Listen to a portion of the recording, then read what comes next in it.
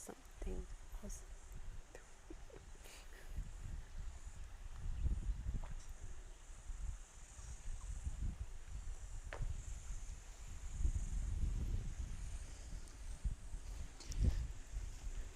Thanks for joining us for this week's live Q&A here in the garden at the Flow Hive HQ.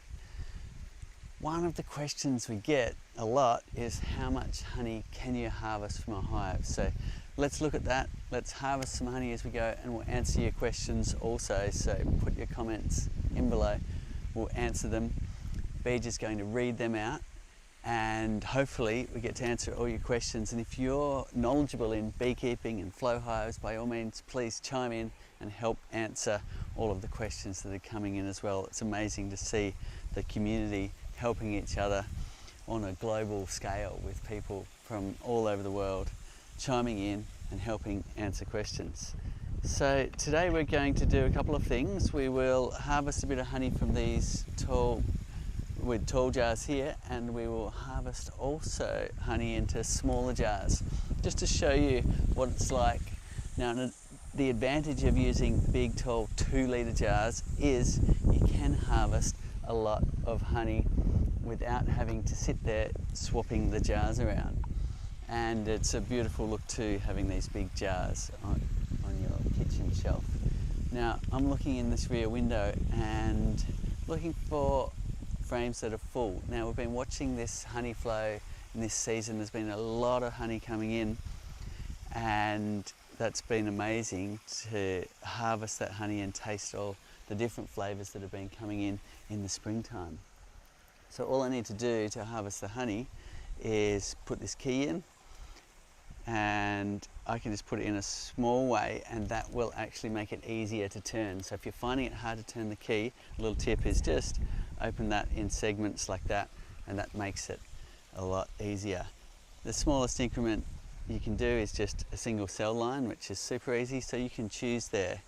And often it's easy enough to turn the whole thing in one go as well, depending on the qualities of the wax and propolis and the temperature and so on, that the bees have joined all the parts together, created the honeycomb matrix on the flow frames. And sometimes it's really firm and sometimes it's not, but look at that honey, it's just about to flow out, and I love honey and I just can't wait to taste it. Oh wow, very fruit shop flavour today. It's amazing how each different frame has a different flavour. Let's go ahead and start harvesting another frame. Now, to do that, we're going back to a 90, moving the key along like this, and again you can harvest in segments, and this one's actually firmer to turn. So it's interesting how it changes with the different properties of wax and propolis, but that one's now harvesting as well. And we'll see, it looks like we've got a similar coloration. We'll see if it's a similar honey or not. Now we might go ahead and harvest a third frame. So what you're seeing here, to answer the question directly as to how much honey you can harvest, each one of these flow frames, and there's 7 across here, will more or less fill one of these jars. Sometimes overflow it, but usually it will fill it, which is a great thing.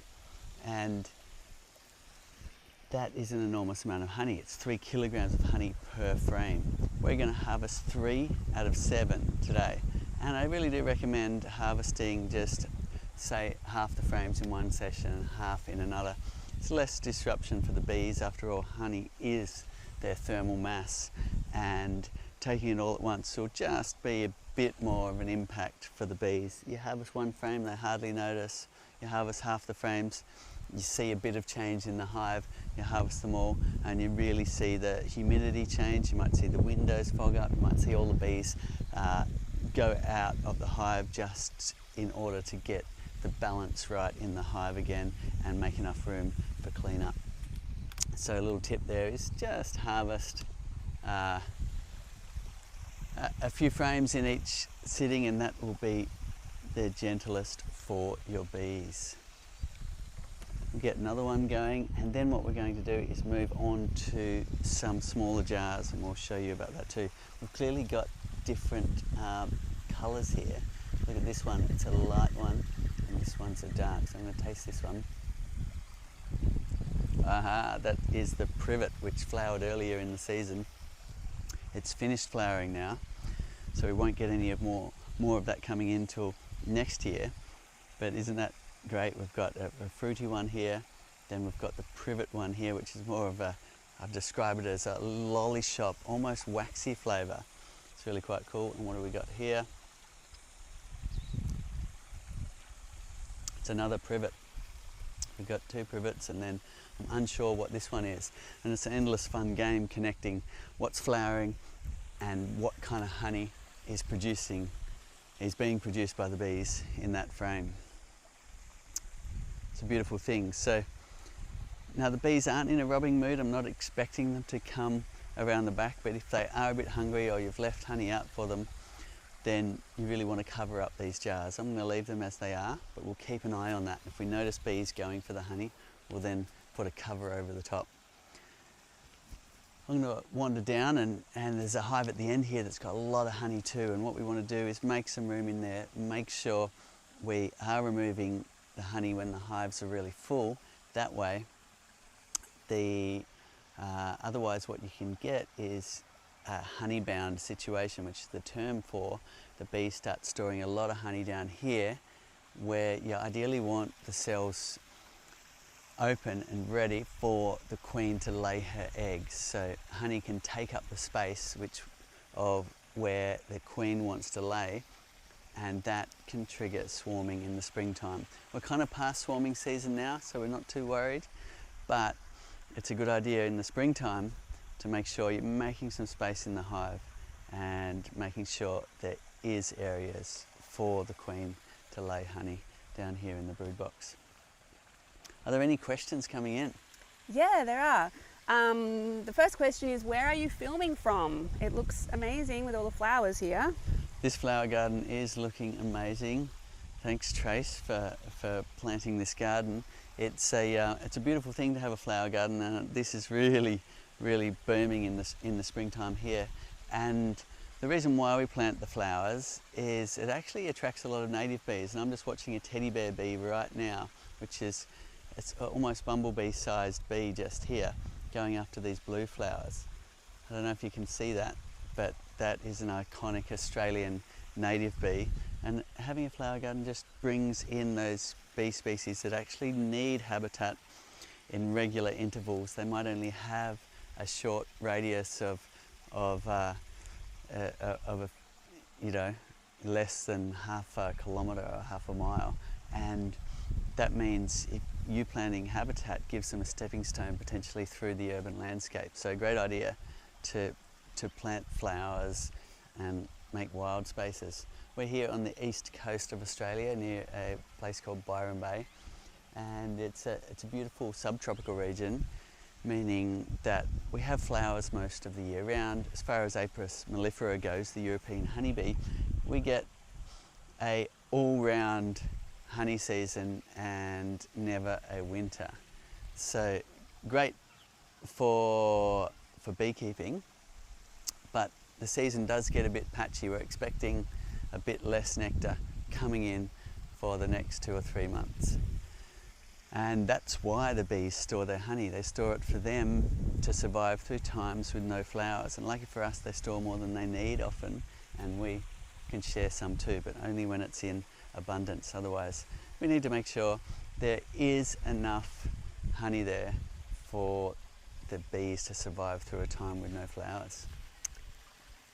And what type of hive is this? And does it take longer than normal to develop a lot of honey? So this is our flow hive. So my father and I invented the flow hive, brought it to the world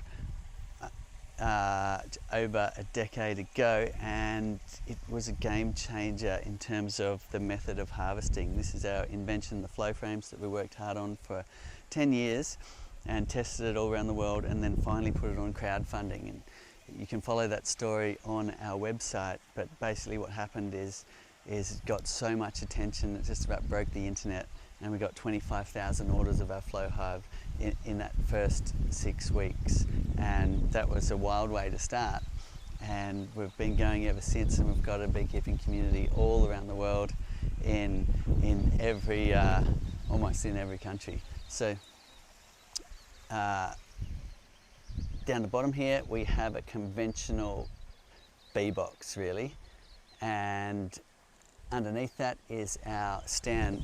Let's come down here and we'll show you one that's not painted. It might be a little bit easier to see it all. So here's one here, our flow hive. We've got a stand down here that gets it up off the ground, away from ground dwelling predators. Then we have the pest management tray in here, some ventilation control. You've got levels in the side to help you set up your hive correctly.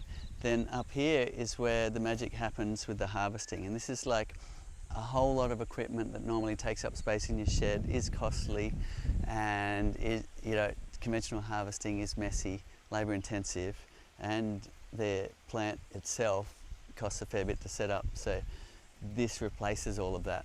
Everything happens right here, and it's become very popular, especially where areas in, say, in the city, in backyards, on balconies, where you don't have the space for all that conventional processing set up, and you don't want the mess and the ants and all of that coming into your home. So it's all here, right in your garden or on your balcony, with the extraction equipment built in.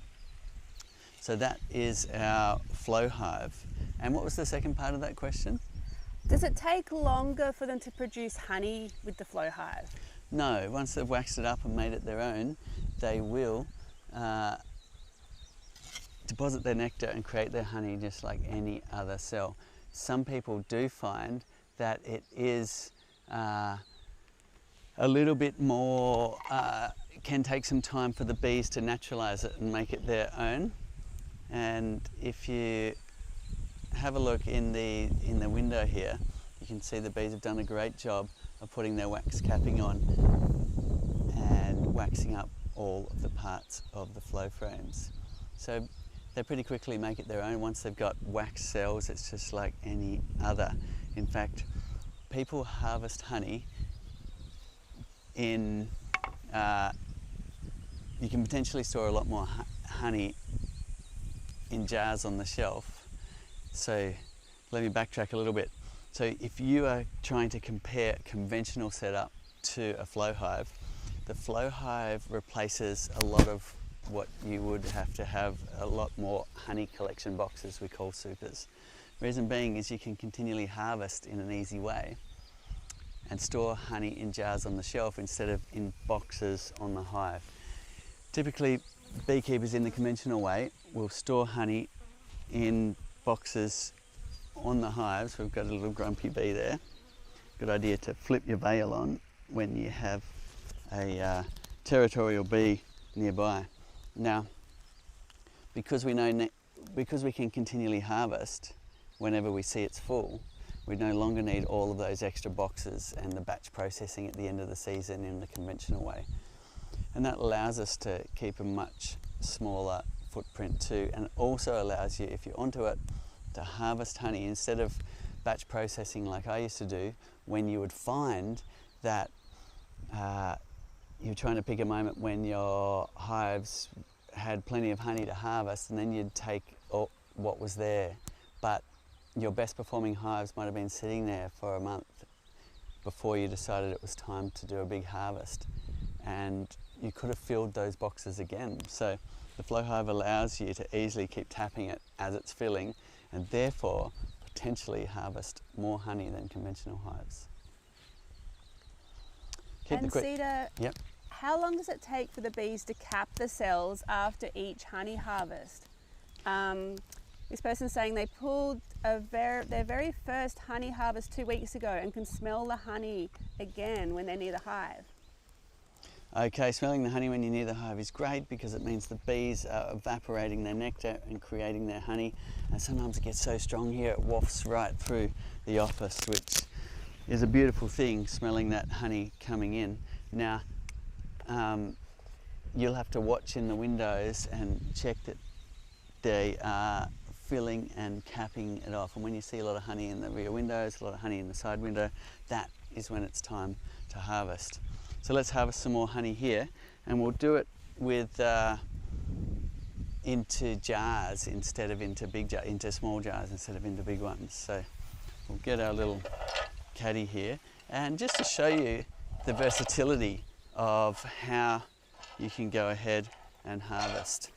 So we might just pop this around here, and all we're going to do is choose some frames to harvest, and in this case any of these frames are nice and full.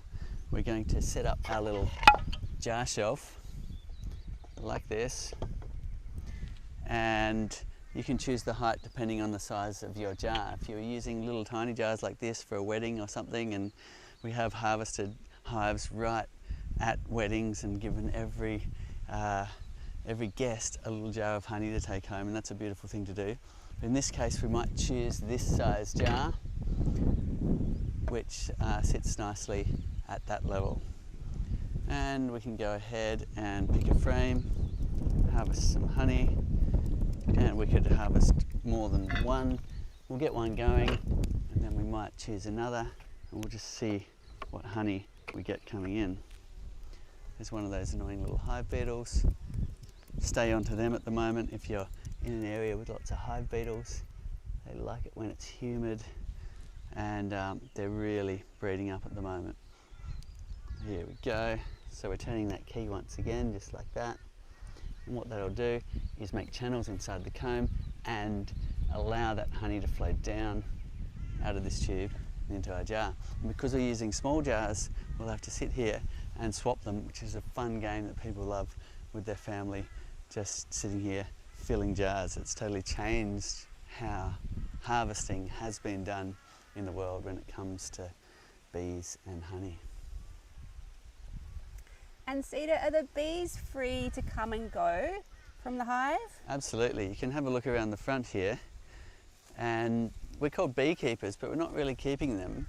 They can go and leave this hive altogether if they choose, and sometimes they do. Mostly they don't. If you're looking after them and everything's good and well in the hive, then you'll find that they're very unlikely to leave or abscond, it gets called.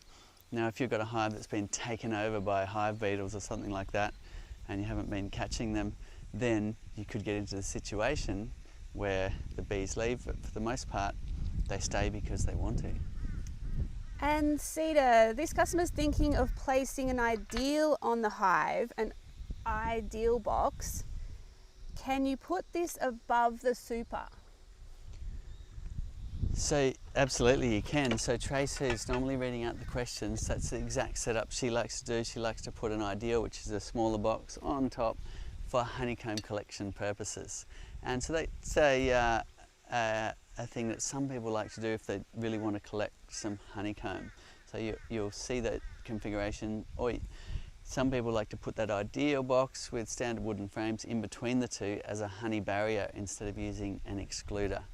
And it also allows a bit of honey storage for a long winter ahead. So depending on the goals of what you're trying to achieve, you can change that position of the ideal extra box, or you can put a whole nother deep super, or it's the same as these brood boxes on top, just for honeycomb collection as well. It's really up to you, and there's no right or wrong. It's just about trying and seeing what works for you in your climate. A bit of local knowledge can help, but you'll find beekeepers in your region will do it in all different ways, and it's about making up your own mind on your hive configuration as well. So we'll get another one going here, just by turning that key again. Let's see what we have this time. There you go, pretty easy to turn today. Lovely. Keep those questions coming in, and a big thank you to all of those that have knowledge of bees and beekeeping and are chiming in to help answer questions. And there's no right or wrong. There's a lot of opinions, and that's okay. Often what worked for you was right and correct and worked for you in your situation, but might not work for somebody else as well. So having a whole lot of opinions to digest and make up your mind is a great thing. So chime in, let us know your thoughts. We have a customer in the US who's recently purchased a hive. How do they go about purchasing the bees now? So it's best to get your bees locally, and you'll find there's beekeepers and breeders around now.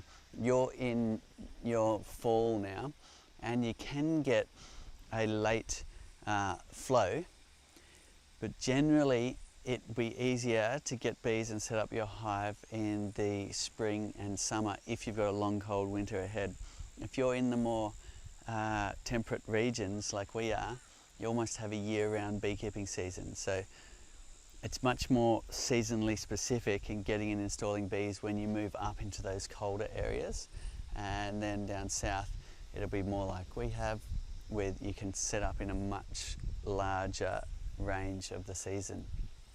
Now, if you are in a colder region and you want to get your flow hive going quickly and it is late in the season, one of the things you can do is purchase a complete conventional hive and just swap all the bees and frames into your flow hive.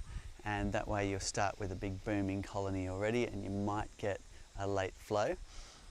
Otherwise, if you do have a long cold winter, you may want to get your bees ordered for the coming spring and put all your equipment together, get your coat of paint, make sure you're doing a good outdoor exterior paint on the roof because that gets the most weather. Once you've got that all set up, ready to go, you'll be waiting then for when there is availability of bees that you can either purchase from a beekeeper or a bee breeder, or you can take a split from a friend where you are taking some of the frames out of their bottom box and putting them into yours. And we've got lots of videos showing you how to do splits, how to install what's called a nucleus, which is probably the easiest way to go, where you basically purchase a small little mini hive off a beekeeper, get in your bee suit, get out your smoker and transfer them into your bottom box and look after them, and they'll grow from there. There's also other methods like creating a bait hive. In springtime you can be lucky and bees will move right in, and there's some tips and tricks on how to encourage that to happen. And there's also a package of bees which is an artificial swarm, which is where a beekeeper has shaken bees off frames from another hive and just sent you the bees only and the queen in a little queen cage with little attendants bees feeding the queen while they're in transit. Now, so that is called a package, so you can order bees in the mail, surprisingly. And another way is a swarm catch, which is the more adventurous way to start in the springtime, where you find you get notified that there's a swarm hanging on a branch somewhere and you shake that into the hive.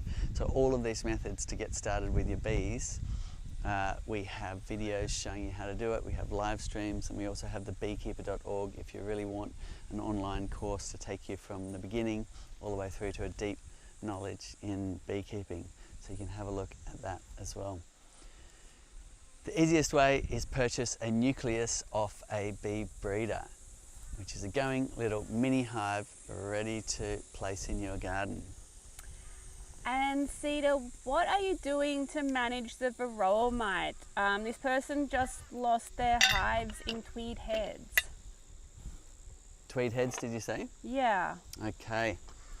So Varroa have just hit our area recently, and they're quite a menace when they move in. Reason being, and this is the first time Australia's had Varroa, the rest of the world's been dealing with it for the past 30 years or so. But sad to hear you have lost your hive. I'm just going to swap this honey jar. And what we need to do as beekeepers is really put in extra effort at the moment to look after our bees and keep them going through what we call the build-up phase, which is where your hive might rob dying colonies that are dying out from Varroa mites and bring back the mite load suddenly into your hive, so you get this massive mite population all of a sudden. which weakens the hive. And typically, when you're in the climate we are, the hive beetles then take over. So it's the hive beetles that finish the hive, and it's the Varroa that weakens it. So the two main things we need to be doing in order to keep our hives alive at the moment is making sure we are trapping those beetles, so activating that and keeping a vigilance on the oil trap down here below. And I think we showed you last week how to put some oil in there. And also managing those Varroa mites, which means keeping an eye on Varroa levels and not letting it get out of control. So your options there, and we've got a tool on the website to help you choose which way to go. You've got the organic acids, formic and oxalic. Unfortunately, we don't have the strips available yet because they're taking an awfully long time for the powers to be to approve them. But people are making them themselves or buying them in from overseas because they're a good one just to put in the hive to really hold the mite level low. Formic acid is good for reducing the mite load all of a sudden. And with the flow hive, it's quite easy to apply. You can just put those pads right down here in the tray, and it works just as well as on top of the brood frames. So you see a lot of people doing that now. However, it's not something you can do all the time, and when you get hot days you can't use the formic acid as well, or you've got to be really careful about the way you use it because you can get an overdose of the hive. And then there's the synthetics, and it's a personal choice with all of that whether you want to put synthetic chemicals in your hive or not. We've been using the organic acids here. And there's all sorts of mechanical controls as well. We're busy putting together a lot more information for you on different ways of managing those Varroa mites. Here we go. Mechanical controls are things like removing the drones from the hive, so that, because that's the main place where Varroa breeds. But stay tuned, we'll have a lot more information, and don't lose heart. It happens in beekeeping to lose your hive. It's about getting another colony, putting them in there, and really keeping a vigilance on those beetles and mites at the moment. It'll all get easier. They say it'll be quite quick here in Australia. We're already seeing it in parts of Australia where the mites have moved through and things are getting easier now. So a year or two and we'll join the rest of the world in a much easier mite management program. In fact, you go overseas and they often go, oh, it's not really a big deal here, maybe you do something about it twice a year. So hopefully we'll get to that stage. We've also helped fund genetic solutions as well, because in the end, if the bees can look after the hive themselves, that's the holy grail. So that'll happen here in Australia as well. We've got lots of wild colonies that really increase the chance of genetics popping up that helps control the Varroa.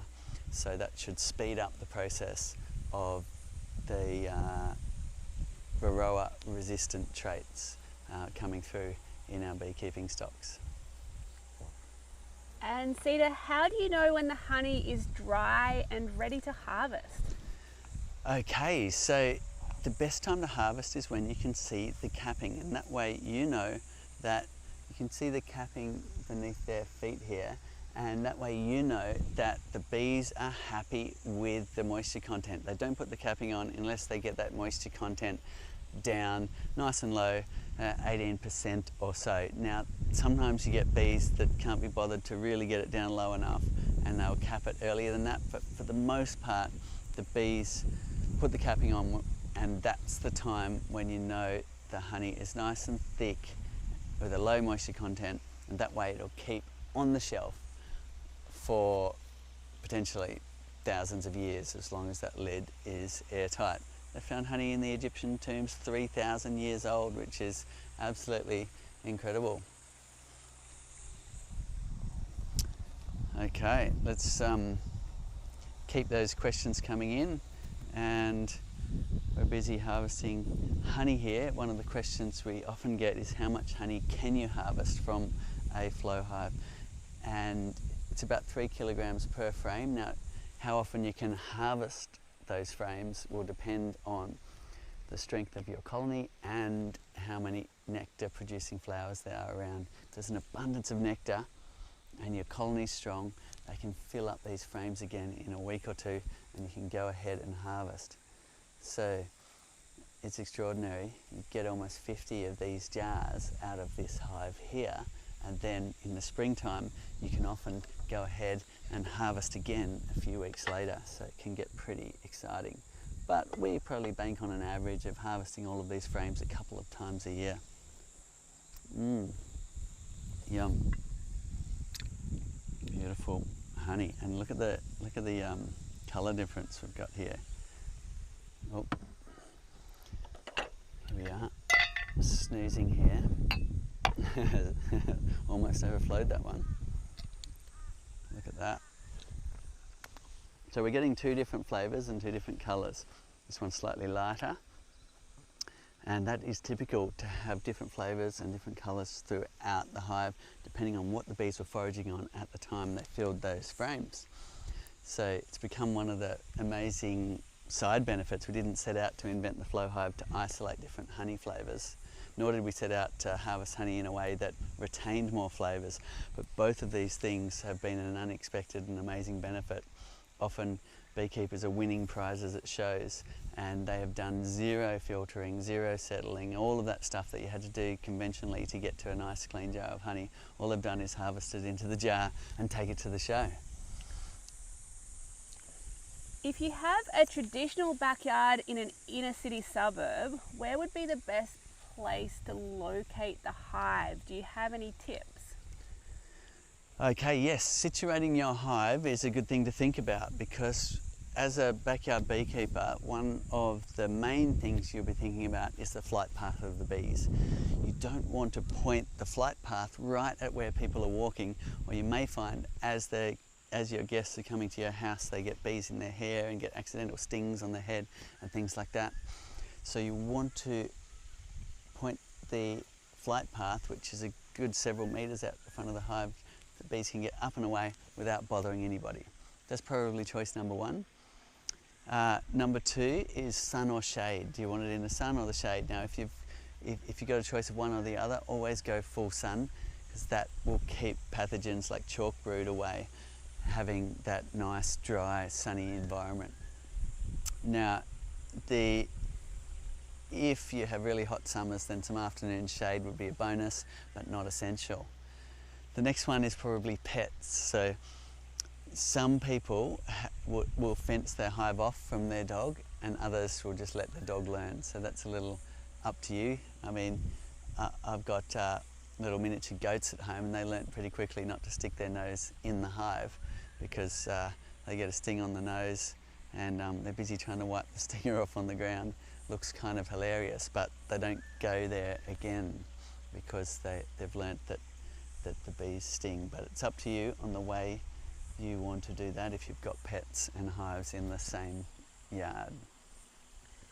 And Cedar, can you use a flow hive in a place like New York with very long winters? Yes, absolutely. So the flow hive works everywhere in the world where there is flowers. The reason why is you are harvesting in the warmer months of the year, and the honey still flows.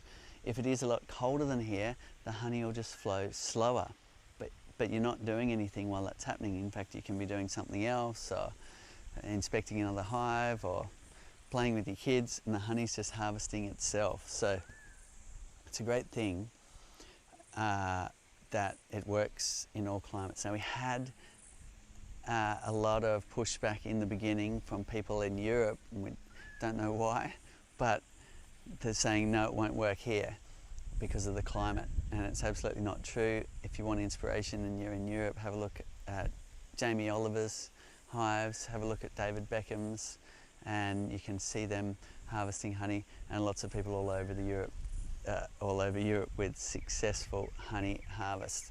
Now, up in we've got hives up in Alaska. We've got them in the very cold regions. We've been up there to film people harvesting. They get amazing honey, and there is different things you need to do as a beekeeper in those cold climates, but the honey harvesting is essentially the same, like this.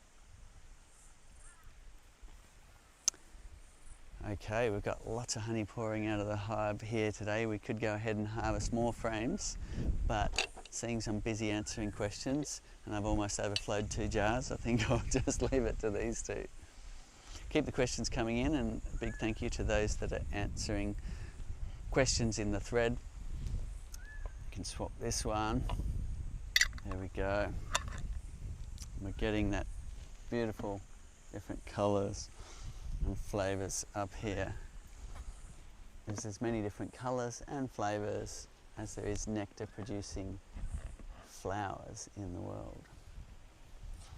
So it's a fun game to continually be connecting the dots between what's flowering and that taste and flavour you're getting in. And one little fun trick you can do with the flow hive is you can just harvest the very last cell line if you're curious and want to taste it without even doing much of a honey harvest, simply by putting the key in just a small way. So for instance, if you just put the key in that far, you'd lift one single cell line and you'd be able to taste that honey. A nice trick you can do with guests to show off your hive if you're not ready to do a full harvest.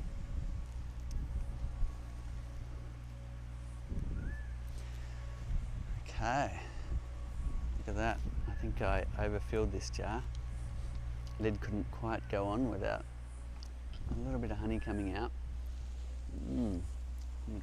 It's good. And Cedar, if you find small hive beetle in your hive, how do you kill it?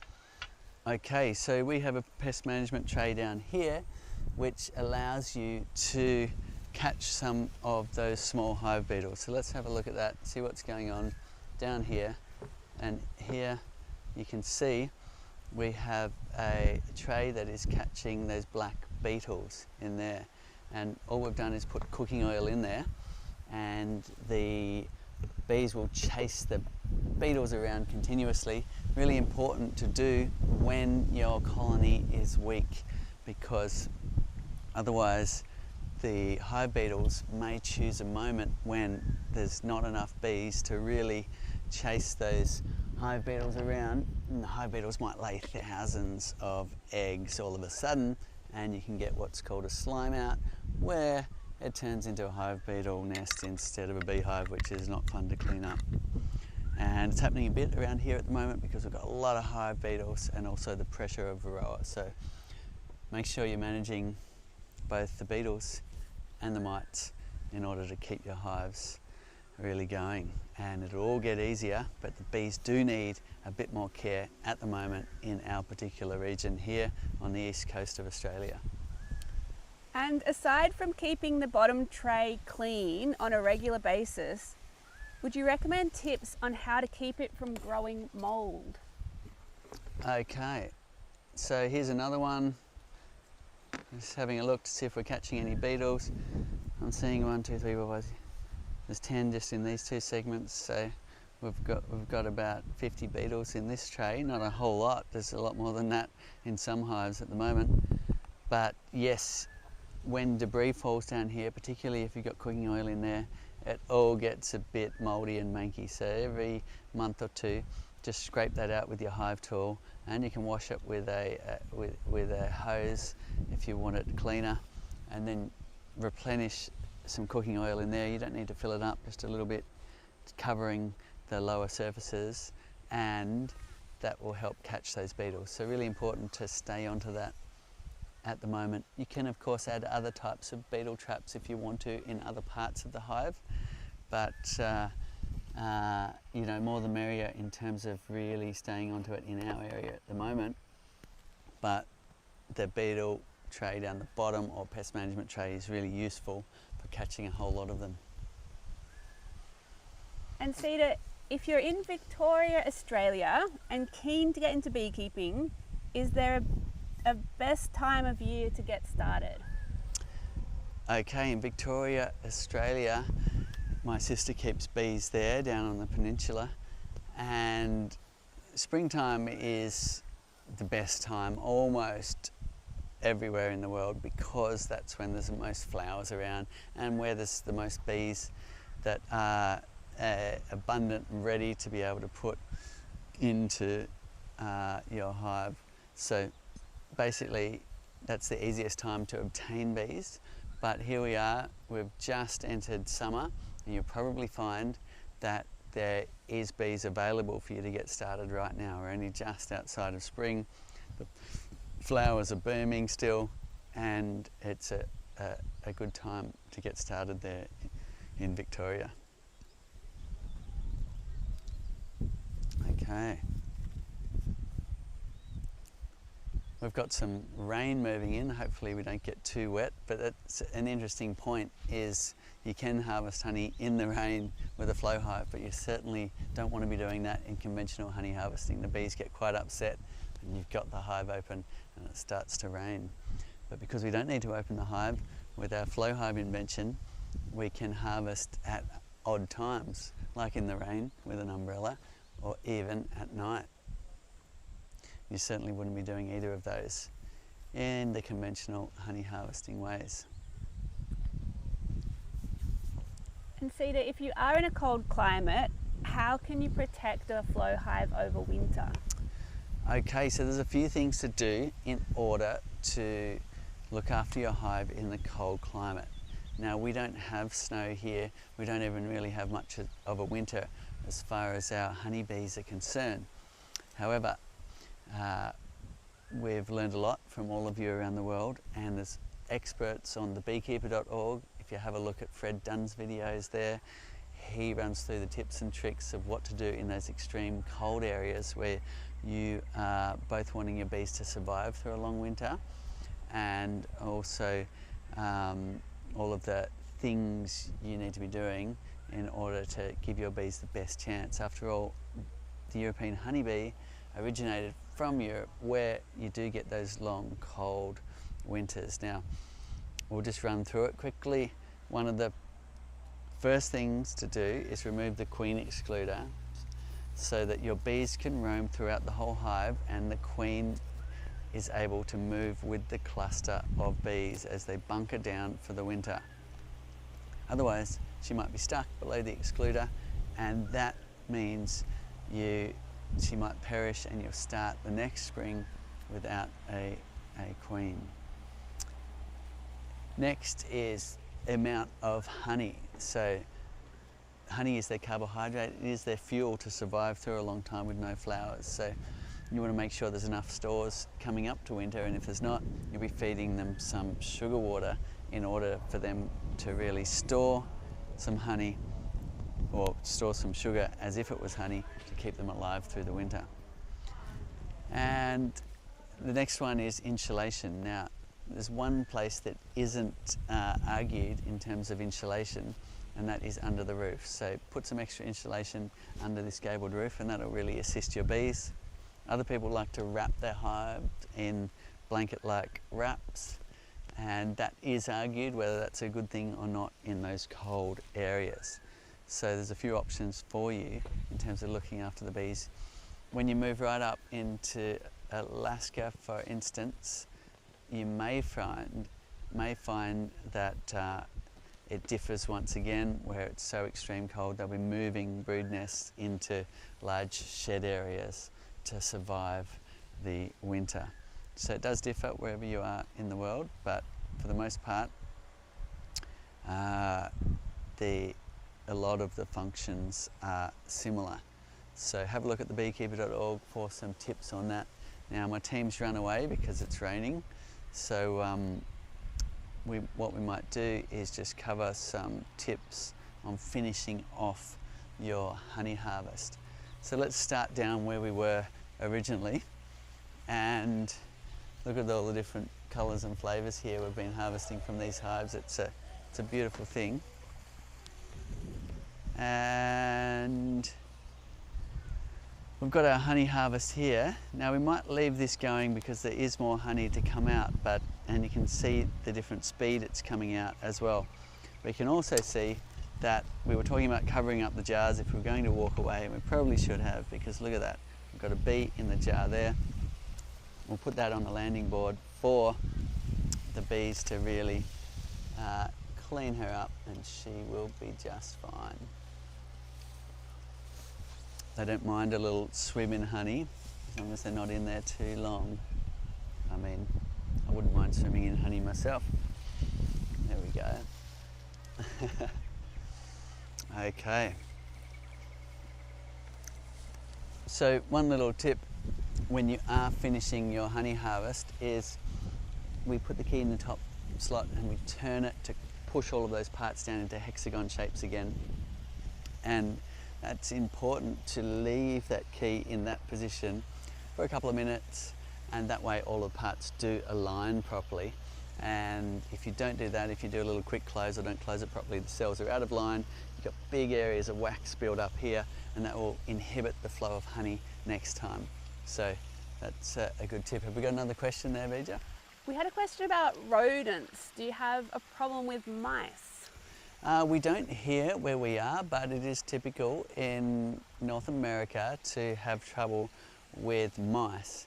Now, I think it's called the North American field mouse, actually can't get in the size of the entrance, so that's great. So the main mouse, if you like, can't get in the flow hive, which is a win, because in the winter time, when the cluster of bees, if you live in a cold area, have moved up to consume honey in one of the upper boxes, you can find mice getting in there and making a mess of the brood comb as they're going, this is a nice little warm nest down here with some extra honey treats. Now, you don't want that. The flow hive will keep out that mouse, the North American field mouse, but there may be others, I'm not sure, chime in, let us know, but we do also have an entrance reducer which makes the entrance smaller and puts a metal protective layer over, which is harder for mice to chew, and that is also a helpful, handy thing for those long, cold winter areas. Thank you so much for tuning in. It's raining now, so we're going to walk inside, but if you have answers to other people's questions, thank you so much for chiming in, helping answer all of those questions, and for all of your great questions. And have a great holiday season, and all the best with your bees as well. A reminder that if you're on the east coast of Australia here, make sure we're keeping those mite levels low and the beetles low in order to keep your hives thriving or alive, because we don't want to get in a situation where the beetles really prey on weak hives. So activate your pest management tray, have a look at our website, and make sure you're educated on those two fronts. Let us know what you'd like us to tune in on next week. Actually, we're going to have a couple of weeks off over the silly season, and we'll be back in the new year with another live Q&A, which we do this time every week. So we'll see you then, and have a great holiday season.